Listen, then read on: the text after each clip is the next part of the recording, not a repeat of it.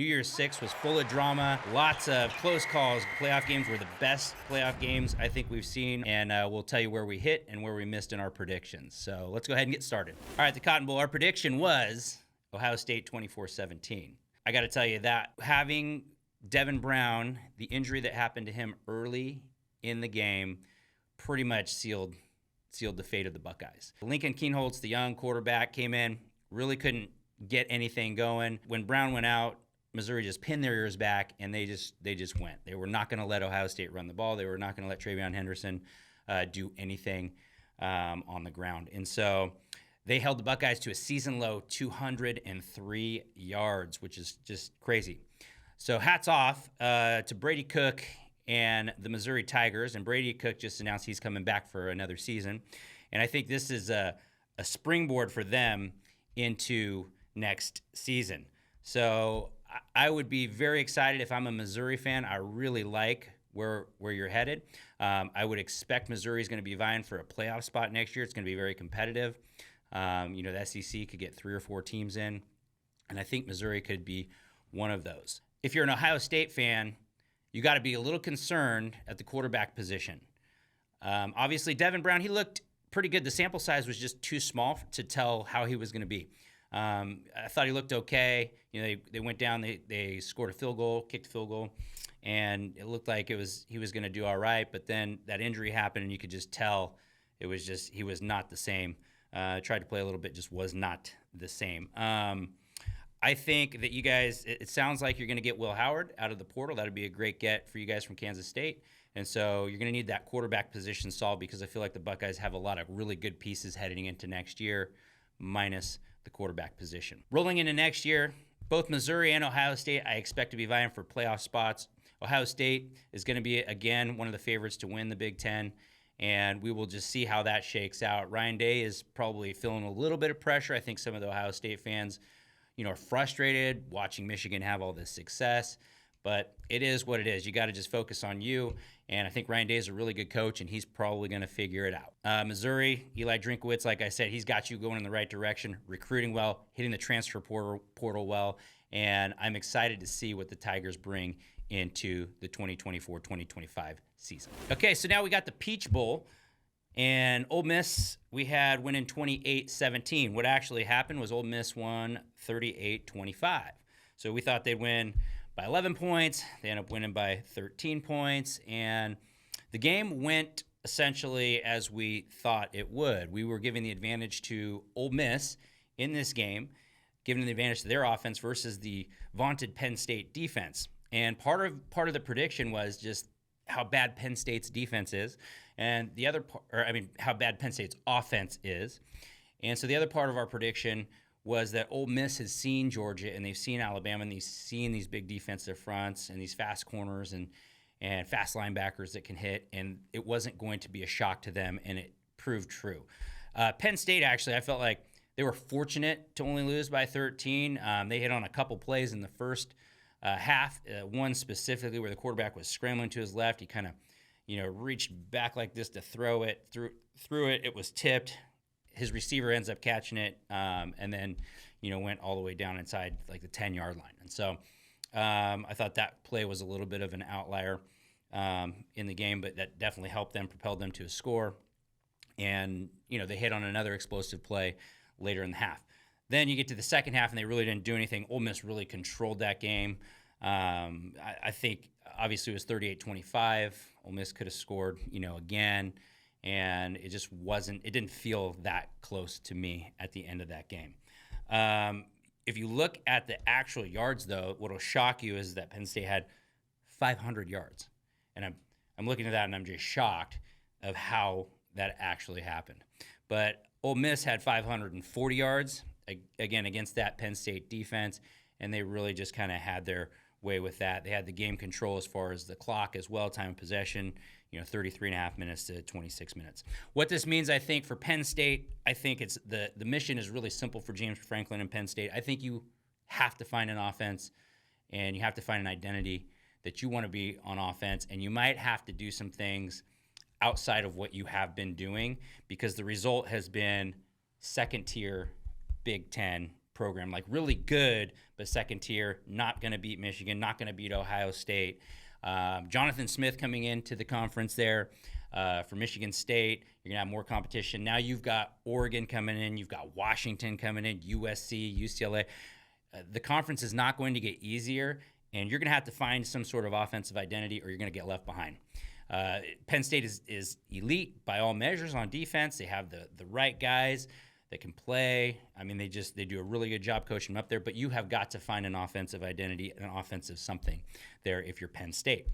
It reminds me a little bit of Mario Cristobal's teams in Miami and at Oregon, where it's just, unless he has some sort of really elite quarterback, they struggle offensively.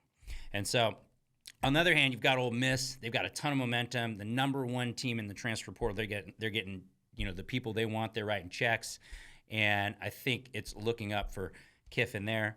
I expect maybe he'll get over the hump this year. We'll see. The SEC obviously isn't getting any easier as well, with Texas and Oklahoma coming in, and so we'll see where you go. I like Ole Miss's trajectory, and I'm looking forward to a exciting 2024-25 season with these two teams as well. Ole Miss especially looking to see if they can get to the playoff next year. The Orange Bowl, and we could have called this the Red Bowl, the Bloodbath. You could call it whatever you wanted to call this one. This one was ugly, and we predicted it to be ugly. We thought it was going to be 40-14, ended up being 63-3, and Kirby Smart has no chill. Yes, we know that, right?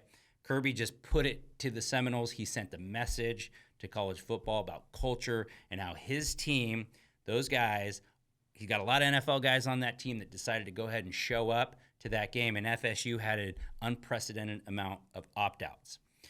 This game was one of the ones that we said is a lock bet of all lock bets. So we didn't have to go, through how that game went by every statistical measure.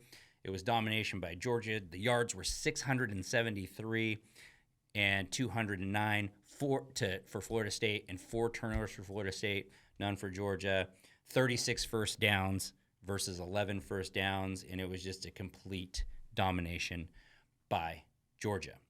And so this game, obviously there's been a lot talked about, and Florida State fans, I've seen a lot of the excuses and a lot of the whining about stuff and we got screwed by the playoff committee. Georgia felt like they probably did too. Now, did they win their conference? No, they lost their conference championship, but they just went out and they took care of business. They showed it on the field. They didn't whine about it. They weren't filing a lawsuit. They weren't doing any of that, right? They wanted to make a point. And so for Florida State, your guys on there, they just quit. They quit. It didn't mean anything to the team anymore. They went undefeated. They felt like they'd done all they had to do. And we get it. Everybody feels like you got hosed. But what you have to do is you got to finish. You got to finish. And that's the lesson, I think, that a lot of the Georgia players that decided to show up and said, this is how we finish. Florida State, you guys could have went in there. Maybe you guys give Georgia a game. Maybe you beat Georgia. And you would look back and you would have a legitimate gripe at being a co-national champion if you go in there and you would have handled business there. You could have had at least a gripe about that, but being left out and then getting smoked 63-3 and having the quit culture of the into the bowl game and that it was meaningless and everything else and all that, that to me is the part that needs to leave college football, right? You show up, you play, you're a paid athlete now. You're no longer a broke college kid. You're a paid athlete that is being paid the entire season by your university. You're taken care of. You get meals. You got your free school, and you're getting paid. And so you're a professional athlete. You have to start acting like one, and professional athletes finish. And so for Florida State, I mean, it is what it is. And I think Georgia sent the message to them and said, look, this is how you finish. Kirby Smart culture, good on you. I love that. That you guys stuck around, you stuck together, and the good player said, I want one last ride with my guys. I'm a competitor. I'm going to play, and it showed. So looking forward to 2024, I'm sure Florida State's going to be fine. They're going to hit the transfer portal. They're going to get some guys. They've got guys there. I would expect that Florida State, again, is going to vie for a playoff spot. We'll see what conference they're in, if they leave the ACC or what's going to happen there exactly. And for Georgia, I think it's just reload. They were hit hard by the portal. As a matter of fact, they had the same amount of players missing from that game as Florida State did. So they just had more people hit the portal. And I expect Georgia fully to be back next season. The Fiesta Bowl. And this is another game, which we were just looking at before and saying this is going to be just brutal. This game is going to be brutal. We predicted it'd be 50-21. It ended up being 45-6. And Liberty came out, threw the first punch, marched down and scored. And that was the highlight of their entire game. So the Ducks reeled off 45 straight points, and it wasn't as close as that felt. The Ducks, again, every statistical measure, they wanted to prove they were still one of the best teams in college football. You know, losing to Washington twice close, and it looked to me at least, it looked like they still are up there in the top 4. So looking to see what happened. Bo Nix got the record. Now, Bo Nix, I got to take a hat off to Bo Nix, and that is exactly, this is along the same lines as I was just talking about with Florida State and Georgia, right? This is the closer to the Georgia culture, which is good on Dan Lanning. You had Brandon Dorlus there. You had Bo Nix there, Bucky Irving. You had guys there that are, this is it for them. They didn't have to play in this game. Everybody would say, go ahead and sit out. But to them, they were like, it was a no-brainer. There was no other choice but to play in this game and to take one last ride with their teammates. They've done all this work. They worked so hard. Bo Nix had nothing left to prove. Yeah, he got some NCAA record, an NCAA completion record, whatever. But he didn't have to play. He done everything he can. But he's not worried about risking his NFL future. Yes, I'm sure he probably has not a life insurance, but an insurance policy, an injury policy pulled down on him, as do a couple of these guys. But still, they showed up and they finished with their team. And that, to me, means everything as far as culture goes. So good on you, Dan Lanning. The Ducks still look like a great team. If I'm Oregon, I'm really looking forward to 2024 and heading to the Big Ten. Liberty, take nothing away from that season. This was a tough matchup for you. Nobody thought you were going to win. The fact you came down and scored on the first play, played with a lot of enthusiasm. It was good to see you guys out there competing. And, I mean, first year in Conference USA, you win it, you go undefeated. I think you exceeded everybody's expectations. And, again, for Oregon, I fully expect Oregon to be in the playoffs next year, vying for that Big Ten crown. And with the way they're recruiting and with the way that culture is set, I think should be some high expectations there at Oregon. All right, now we get to the playoffs, the Rose Bowl. Alabama, Michigan. We predicted Alabama 21-17, and what we got was an overtime thriller, and Michigan pulling it out 27-20. And that game was crazy. It was just on script for us pretty much most of the game. Felt like Alabama, especially in the second half, had asserted themselves. They were going to look like they were going to do what they do and win, strangle the teams out in the kind of the second half and figure it out. And this is really good on Michigan. You guys are trailing, you're down. Alabama's driving down, with the lead, 4-point lead and the ball. They score a touchdown, that game's over. And you guys held them to 3 points. And then you get the ball back and you go down in a quote unquote, I call these championship drives, is what they are, because champions are the one you got to make points, or at the times where you have to do something and you do it, right? You have to get a stop or you have to get a score. And then you guys needed both of those things to happen. You couldn't allow a touchdown. You didn't do that. And then you march down the field and you score with several key plays on that one. There was a tip ball there, and a completion and almost a touchdown there to help get you guys in that first score to get you tied into overtime. Michigan, you guys won the statistical battle, 351 to 288. Each had a turnover. It was like it's a fairly even match there. What I was really impressed with Michigan was the way that you were getting dominated in the second half and the resilience that you had at the end of the game and start pushing the line of scrimmage, and then Blake Corum breaking that 17-yard touchdown run. That's classic Harbaugh, just chip away and keep with it, pound, and eventually you guys broke it open. And the other part that was really impressive was the defense and how you guys got to Jalen Milroe. That was, I think they sacked him 5 times in the first half and had 15 dropbacks. He got sacked 5 times, 8 pressures. That was a phenomenal job by the Michigan front against a really good and big Alabama offensive line. I am very much looking forward to the national championship game. But for Alabama, your season's over. Nick Saban, this has got to be still one of his best coaching jobs, getting this team to the playoff with all the challenges that they went through. Jalen Milroe's a good quarterback. He's got some things that he's got to work on, particularly in his reads and the passing game. He's an elite runner. Like I said, he's a big time runner. He's a running back with the football. He's like a instead of dual threat, you could call that guy dual position, because when he runs like a running back. And when he started doing that, the Alabama offense started to roll. But in the passing game, Michigan did a great job of just keeping him in check. I think they may have hit on one. I don't remember if it was 1 or 2, big explosion plays. But for the most part, the Michigan DBs really did a good job, and also that front in pressuring him. So for Alabama, I expect you guys will be back in the playoffs next year. That is just, still to me, still the standard of college football. It's going to take some years before somebody takes that away. The playing field is leveling a little bit. The SEC, your run of championships is over. No Alabama, no Georgia for the championship, and that is, I've mentioned that in a previous show, actually.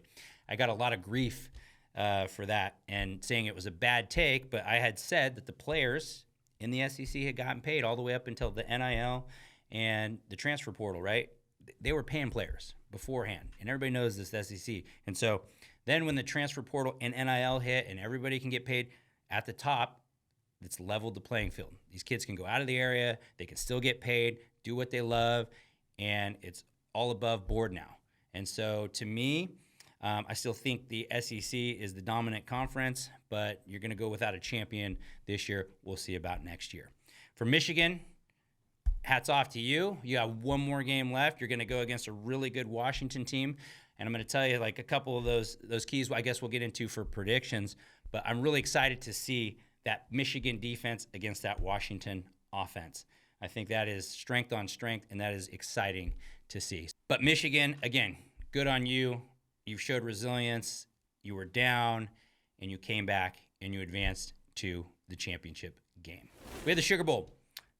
This classic playoff game, Washington, Texas, rematch of last year's Alamo Bowl. Lots of storylines here. We predicted that Washington was going to win 38-35. What happened? Washington won 37-31. The game went pretty much how we thought. And, going in, we thought Texas was just like a little bit less complete version of Oregon. That was really the thought, right? Oregon, we felt like the difference was Oregon had like a little bit better offense, and we'd seen Washington play against that a couple times. And then the defensive side of the ball, we felt like maybe Texas had an advantage up front. And so that was really interesting to see that Texas front against the Washington, who had the best offensive line in the country. And that played out pretty well. That Texas front there for most of the game, they held Washington in check. They really held Dylan Johnson in check. They really did that, and that was a little bit of a surprise. But what does a good offensive coordinator do when you're taking something away? They say, defend this. And all of a sudden, they get Michael Penix, who's not running all season, only if he has to, and they give him a couple power reads and, QB power runs, and he breaks a couple of them. In big-time plays at big times in that game where they needed it, and that opened up the running game. I think Washington finished with just over 100 yards rushing, which was the magic number, in our opinion, to get them there. That game came down to the last second, which was absolutely crazy. Didn't feel like it should come down in the last second, but it came down to the very last play of the game. And I felt like if Ewers throws a little bit better of a ball, I think that receiver had a good box-out position on him, but that ball was a little bit, to me, it was a little bit too much towards the out of bounds. And I understand he's trying to throw it back shoulder, but I just felt like he put a little bit too much on it. But anyway, it is what it is. Michael Penix is the best pure passer. And I said this before the game. I've said this a lot this season.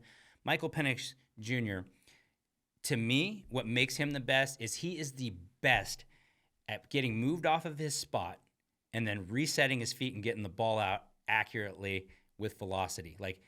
I have not seen a better quarterback, especially in college, that can avoid a rush, move out, reset his feet, and fire the ball downfield just in stride. It's like nothing ever happened. He's by far the best that I've seen be able to do that. And his release is incredibly quick, but I think that's a product of his very fast feet. And so you watch him, he's moving, and then he just, boom, pops up and throws the ball. The ball's out, and it's a strike.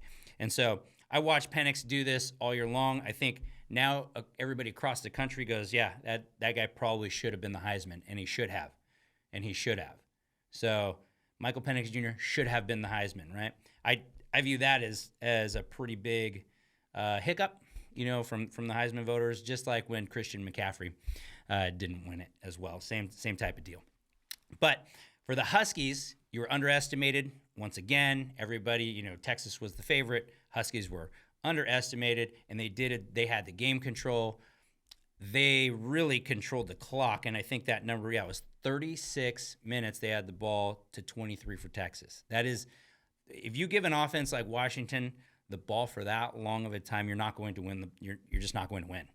You're going to have to win that time of possession. Time of possession doesn't mean everything, and a lot of people say it's a worthless statistic. I think for Washington, it's a pretty valuable statistic. I think that's a pretty telling statistic because of the way they attack you in so many different ways, and they have these long, sustained drives, or they can quick strike you. But when they're able to get in a rhythm and get long, sustained drives, they come out with points, and they come out with the lead. And they did to Texas. I mean, they really about knocked Texas out in the third quarter. I think Texas ran 5 plays in the third quarter. And so if there's a thing that you would say vintage Washington this year, that was it right there. Championship drives, go down, get it done. Now, something weird happened at the end of that game that could affect the national championship game, which was Dylan Johnson. They put him in, and he's carrying the ball at the end of the game, and he gets injured, stops the clock, and it probably saved 30 seconds or so off of the clock there. And then Texas had a chance to come down and score. But Dylan Johnson, you don't have him healthy. I said it earlier. I thought Washington's probably a 2 to 3 loss team this season without Dylan Johnson. And all of a sudden, his status for the national championship game is questionable. They've got guys at running back, but they don't have guys like Dylan Johnson. Dylan Johnson is a very, very good running back. And I'm going to tell you, if they don't have him in the national championship game, look out. That could be a very big issue because Washington, as much as they pass the ball, so they passed for, I can't remember, it's 430 yards is what they passed for. And, it ran for 102. But if they can't run the ball, it's going to be a lot easier, especially for Michigan, right? If they could get pressure with 4. But the Huskies got to be able to run the ball enough to keep you honest. And that's usually what they do. And Dylan Johnson's a big part of that because he breaks a lot of tackles. He gets to the second level, he breaks a lot of tackles. Texas did a really good job of holding him, being very physical at the point of attack. But just keep that in mind. Keep that injury in mind. That could play big in the national championship game. We'll get into that in a little bit. My final thoughts on Texas, really good season. I think you had an incredible run. You guys were resilient. A lot of great takeaways if I'm Texas heading into next season. Sark's your guy. Sark is a good enough coach to win a national championship there. He's got the players. He's got the booster support. He's got the culture in place. There's a lot of good things if you're Texas. You're heading into the SEC. And 2 years ago, I would have said, "Oh, look out! They're going to have trouble in the SEC." Right now, I think it's like, look out, SEC. Texas is going to be right there, right near the top of the SEC with the way they've hit the transfer portal, the way they've recruited, and the way they've set the culture in there. So I'm really impressed with Texas. I think it's looking up for you guys, and I fully expect Texas to be back in the playoffs next season. You're going to have Ewers back. You're going to have a lot of guys back that can help, and you've got a lot of new guys coming in. You guys are going to be just fine. You're going to reload and be back. Washington, congrats. Again, underestimated all season.